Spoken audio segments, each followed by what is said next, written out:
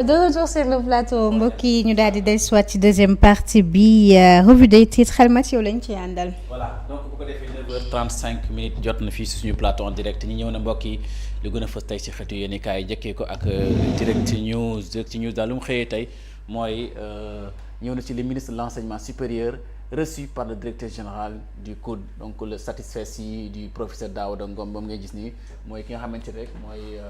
Directeur général bu moo dal di recevoir directeur général bu COUD moo dal di dalal le ministre de l' enseignement supérieur moom ngay gis nii mu dal di wax moom le directeur général du COUD docteur Ndéné Mbodj lay wuyoo dal di dalal délégation ministère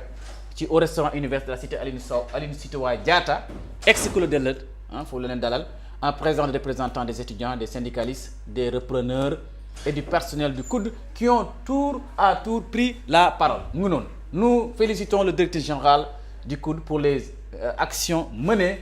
pour la bonne marche de cette structure. Donc le ministre de l'enseignement supérieur mu ngi am appréciation ci li nga xamante rek moom mooy ci université Anta Diop de Dakar. Nous avons tenu à faire cette visite pour échanger avec les travailleurs,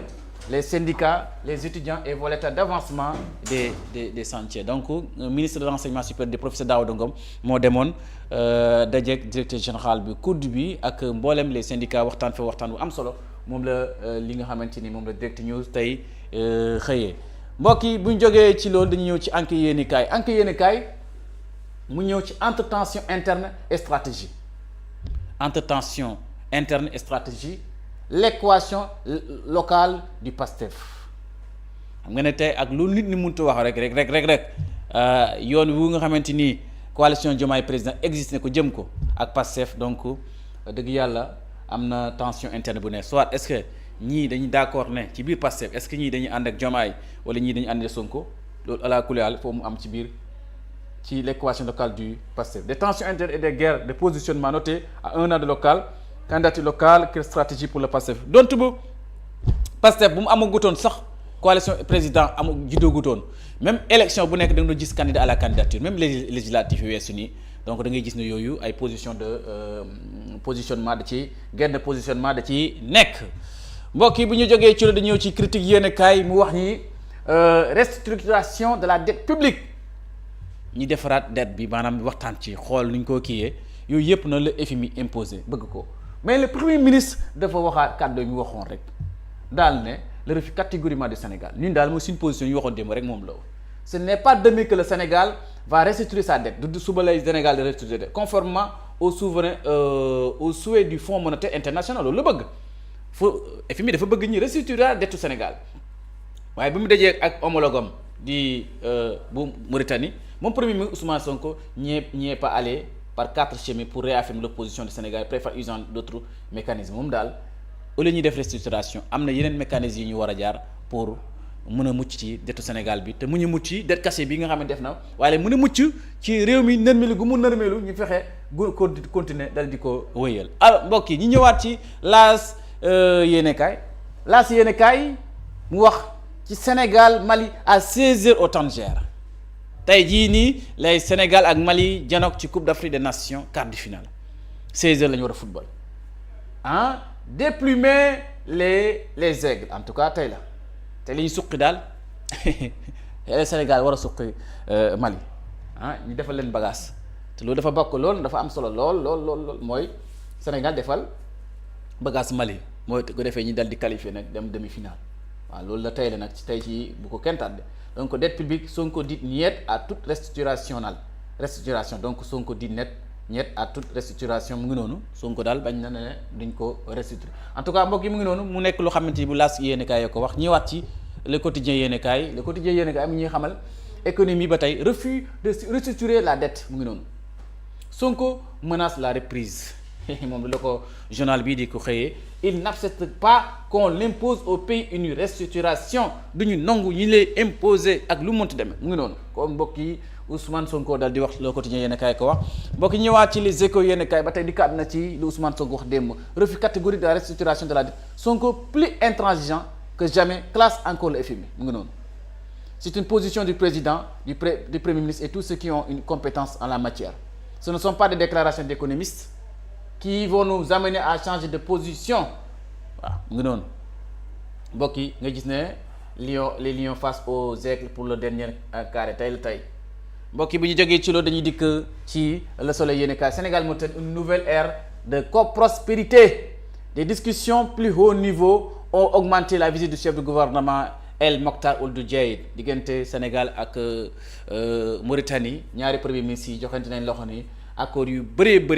dañ ko signé mu nekk njëriñu Mauritanie ak njëriñu Sénégal loolu moom la journal bi dal di xëye le soleil yéenekaay mbokk yi bu ñu jógee ci le soleil yéenekaay dañ ñëw ci l'évidence yéenekaay mu wax ñi ci affaire de drogue et de lesbianisme loolu mooy lu doy waar Binta mécanicienne ak fukki nit ak ñeent tey jii danañ jàkkaarloo le tribunal de ce vendredi tey en tout cas tey jii tey leen di àtte ñu xool ma fay tukkee waaw CAN 2025 bi tey jii le choc de la sous-région diggante Mali ak Sénégal tey la ñuy football mbokk yi ngeen xamee ko noonu bu ñu jógee ci loolu nag dañuy dikk nag ci li nga xamante mooy libération yéenekaay mu ñuy wax ci construction de 5 postes de santé dans la région de Kaffrine waaw. Un marché de 710,198 millions de francs CFA bâti sur faux loolu de doy na waar 5 postes de santé ci région de Kaffrine waaye 770,198 millions de francs CFA dana mëy l'entreprise Santé Yàlla la tudd attribué du marché pour 525,475,490 francs CFA tout taxe comprise son directeur technique a fait fabriquer de faux documents attribués au laboratoire doy na waar et tout faire xam nga tamit lii daal lu doy wàlla ci même réew buñ ne dénk alalu réew mi ñu ne la dañ bëgg nga tabeexu ko lii pour ñëpp bokk ko nga jël détourné ko man ne loolu xaw ma lu ko nit mën a defee loolu yéeme na ba yéeme day jégg dayoo mbokk yi bu ñu jógee ci la dañuy dikk ci gestion de la Covid-19 les 12 leçons du professeur Moussa Seydi l'arme la plus puissante en dehors de la médecine reste l'arme politique ngoog en tout cas professeur Daouda Ngom daal cette autre publicité climatique que nous avons connue en 2019 mbokk yi mu ngi noonu ci 12 leçons yi nga xamante professeur Moussa Seydi moom lay joxe noonu ci journal bi bu ñu jógee ci loolu dañu dikk ci l'observateur yéenekaay xëy na ñëw ci interview vérité sur la réouverture de son procès contre Ousmane Sonko Mame Mbaye Niang lâche une bombe sànni na bombe de dañ ko doon interviewé moom Mame Mbaye Niang mu am lu waxati liñ ko interviewé mu am lu mu ci wax moom la journal bi xëti yónni kay l'observateur xëyee tey lan la wax le rapport de l'IGF dont il parle a été approuvé par le ministre Cheikh Diba mbir mi bu fekkente ne Mame Mbaye Niang wax de mu le rapport de IGF bi ñuy wax ku ko approuvé ministre Cheikh Diba bon Cheikh Diba taq na ci mu ne les avocats de Ousmane Sonko avaient dit que j'avais signé un ordre de service antérieur au contrat ce qui est archi faux nee na Ousmane Sonko mu ne avocat Ousmane Sonko dañuy waxoon ne moom Mame Mbaye Niang dafa signé woon benn ordre de service bu avant contrat bi loolu mu ne c'est faux ils ont essayé de me brimer de m'opprimer et de me traîner dans la boue en tout cas mu ngi noonu Mame Mbaye Niang ngi victimise lii yëpp nag da ko wax ci benn interview bi nga xamante ni benn presse à la plage moo ko dal di ko accordé moom la journal l'Observateur yéen kay dal di jël di wax daal ni Ousmane Sonko lu wax rapport de l'IGF dont il parle rapport bi ñuy wax ne moom la mu rapport IGF bi ñuy wax doo daal ku ko approuvé mooy Cheikh Diba bii di actuel ministre des finances alors mbokk mu ngi noonu nga gis ne premier ministre mën na réviser toute restructuration daal di fi am ci Sénégal den bi kay kenn du ko restructuré en tout cas quart de finale tey Mali ak Sénégal à 16h attendez waxoon naa ko léegi donc mu ngi noonu mbokk yi l'Observateur yéen kay ko xëyee ñëw nag ci le point actu yéen kay dette cachée Sonko exclut la restructuration et interpelle le FMI waaw mu ne FMI Ousmane Sonko ne FMI am ngeen part de responsabilité ci lu xew ci réew mi waaw mun leen wax ne lii kenn informé wu leen ko Sonko wax loolu mu ne ñi dal di rejeté nañ restructuration bi dette bi kenn du ko restructuré loolu position président de la République sama position la man en tant que premier ministre la loolu mooy position Sénégal ñu ko ñëpp xam waaw mu ne l'Égypte dans la même situation que le Sénégal a été aidé par le FMI alors que le Sénégal avait des indicateurs de reluisance se voir imposer la restructuration loolu Égypte dund bi mais Sénégal mais FMI da ko jàppale woon tey Sénégal mënuñ jàpp daal ay dictateurs wala ay ñu xamante ni dañoo jéem a dugal ci genre yooyu bëgg ñu imposer lu xamante ñun bëgguñ ko voilà loolu muy dëgg na nit ko nag boo moomee sa réew wala moomoo sax réew mi waaye di lay fa jiite teg la ko nii yëpp wóolu la da ngay seet lu gën ci réew mi nga def ko lu gën ci réew mi mooy duñ def restructuration de la dette mbokki réew mi quotidien yéen a kaay ñëw na ci restructuration de la dette waxaat na ci moom it Sonko di ñeet au FMI mu ne mukk vous ne pouviez ignorer des dérives financières passées yéen waa FMI mënu leen fàttali loolu mënu leen fàttali fi xew te mënu leen wax ni it nag vous n'êtes pas responsable de ce qui s'est passé ici dans ce pays de Sénégal voilà mu ngi noonu mbokk yi Ousmane Sonko waxoon na waa FMI ñi ñëw ci source A yéene